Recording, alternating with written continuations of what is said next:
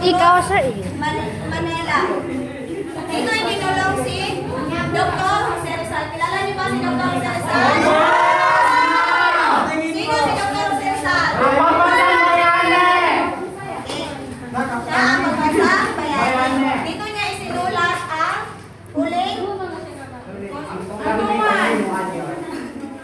ang ultimo ay Diyos mo huling pasalamat. Ang pangatlo ay ang palasyo ng Malacanang. Ang palasyo ng Malacanang ay ang tirahan ng mga pangulo sa Pilipinas. Sino ba ang nakatira sa palasyo ng Malacanang natin ngayon? Matatagpuan ito sa San Miguel, Manila. Pang-apat ay ang biak na bato. Ang biak na bato ay matatagpuan sa San Miguel, Bulacan. Ito itinatawag na Ibagsitan sa pamumuno ni Kilala niyo ba si General Emilio Aguinaldo? Siya ang ating unang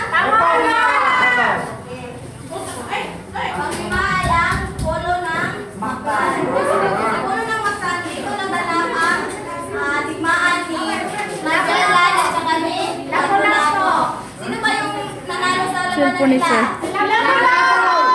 Kita di kamera. Ang ano kaya? Fort Bolivar. Ang panghuli ay ang Karim Ol Maglob. Ito ang Good God.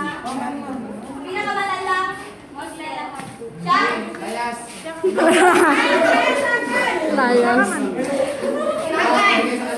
Ay, sa akin, sir.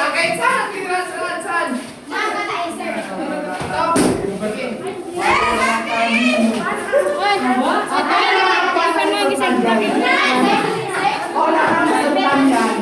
Ang tatalagay natin ay pagbili ng Pilipino ng dalawang peso. Una ay kailangan ng isang Pilipino na kapag-rehisto upang bumoto. Ibig sabihin mga bata, kapag ikaw ay hindi nakapag-rehisto at hindi Pilipino, ay hindi ka pwede bumoto.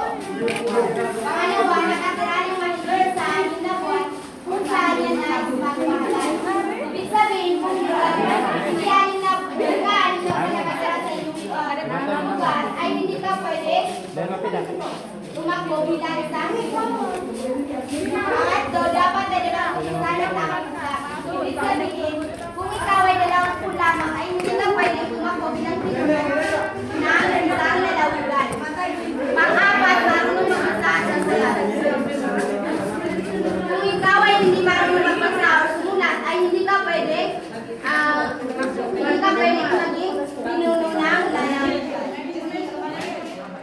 Ang nais maglingkod ay maghahain ng kanyang certificate of candidacy sa Conventional Election Republic Act ng 2007. Na nakasabi ito ay unang nakasabi ito ay pagsabay-sabay na halalan sa Unay sa national at Aslia! local kada 3 taon. Ibig sabihin, hindi pwedeng mauna ang halalan sa inyong lugar, dapat ay sabay-sabay ito. Pangalawa,